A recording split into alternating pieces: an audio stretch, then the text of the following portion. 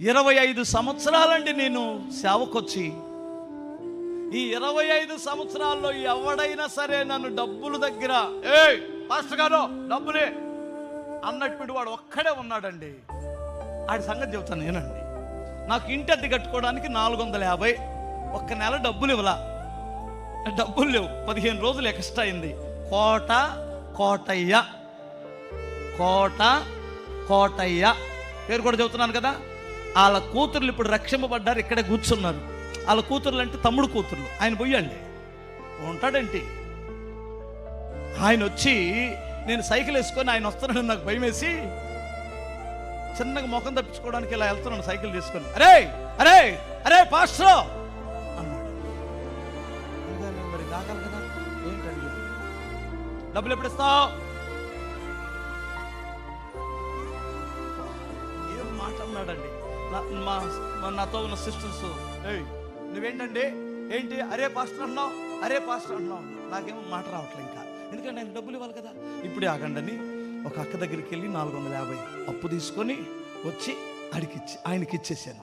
ఇచ్చిన తర్వాత నెక్స్ట్ నెల రాలా, 2వ నెల రాలా, 3వ నెల రాలా.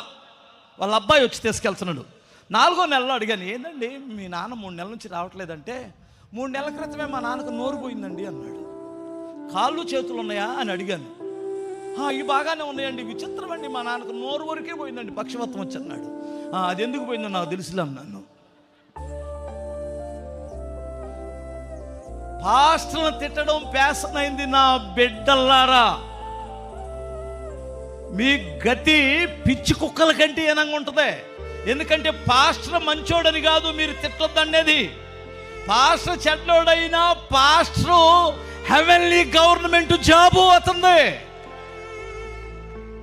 ఇప్పుడు పోలీసు వాళ్ళందరూ మంచోళ్ళు లేరు, పోలీసు వాళ్ళందరూ చెడ్డోళ్ళు లేరు. ఎవడో ఒక బుద్ధి తక్కువ ఉంటాడు లంచం తీసుకున్నారు. పోలీసు వాళ్ళందరూ అరే అరే ఒరే పోలీసా అన్నాం అనుకో, ఎస్పీ గారు అన్నారనుకో, ఏదో ఒక వంకతో ఇరికించి లోపల పెట్టి ఎరగదీస్తాడు.